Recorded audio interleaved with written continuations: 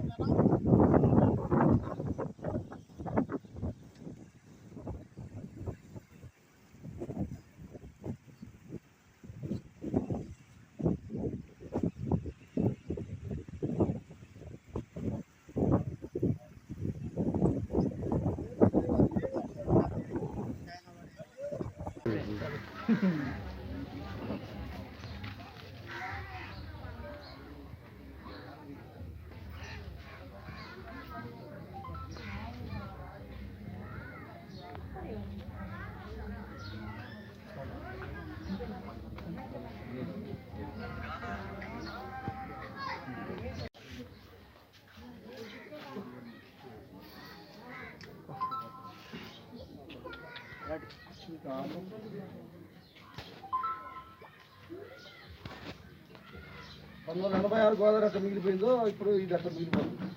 అంతకంటే ఎక్కువైంది. వందలు ఎక్కువ కానీ 86 గోదావరి కంటే ఎక్కువ రాలేదు. రైల్వే ట్రాక్ ఉన్నట్టు వాటర్ సరిపోలేదు. మొత్తం తిరిగి వచ్చి స్కూల్ దగ్గర పారిగొడకి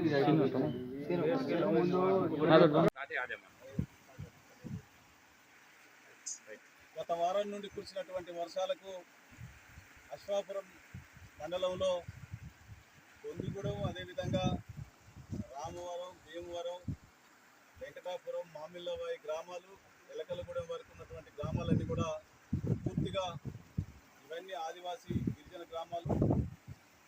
ఇవన్నీ కూడా మొన్న వచ్చినటువంటి వరదలలో పూర్తిగా మరి వందలాది ఎకరాలు నీట మునగడం జరిగింది. దానికి తోడు మరి ఇక్కడ కొత్తగా నిర్మాణం చేపట్టినటువంటి రాళ్లవాగు పైన నిర్మాణం చేపట్టినటువంటి బ్రిడ్జి, ఇసుకవాగు బ్రిడ్జి ఏదైతే ఉందో, ఈ ఇసుకవాగు బ్రిడ్జి మరి గతంలో ఎలక్షన్ కంటే ముందే మొదలుపెట్టినటువంటి బ్రిడ్జి. మరి ఈ పార్టీకి పూర్తి కావాల్సి ఉండే ఈ బ్రిడ్జిని మరి ఎమ్మెల్యే పూర్తిగా నిర్లక్ష్యం చేసి పట్టించుకోకపోవడంతో ఈ బ్రిడ్జి పనులు నిలిపివేయడం జరిగింది. కాంట్రాక్టర్ని బెదిరిస్తున్న అవతల వైపు పెట్టుకున్నటువంటి ఆటోలు కూడా మరి కొట్టుకొని పోవడం జరిగింది. దాంట్లో ఒకటి దొరికింది కానీ ఇంకా 2 ఆటోలు దొరకలేదు. ఎక్కడో ఇసుక మేటలు పెట్టిపోవడం జరిగింది. ఇటువంటి వాళ్ళందరినీ తక్షణమే ఆదుకోవడానికి గతంలో ముఖ్యమంత్రి గారు, ఉన్నటువంటి ముఖ్యమంత్రి గారు గతంలో ప్రతిపక్షంలో ఉన్నప్పుడు మాట్లాడడం జరిగింది. చనిపోయినటువంటి కుటుంబాలకు 25 లక్షలు ఇవ్వాలి అని చెప్పేసి ఆనాడు డిమాండ్ చేసినటువంటి ముఖ్యమంత్రి గారు మరి ఈరోజు 5 లక్షలు ఇచ్చేసి ఏదో చేతులు దులుపుకునేటువంటి ప్రయత్నం చేస్తూ ఉన్నారు. ఇది సరైన పద్ధతి కాదు. ఖచ్చితంగా చనిపోయినటువంటి కుటుంబాలకు 25 లక్షలు ఇవ్వాలి.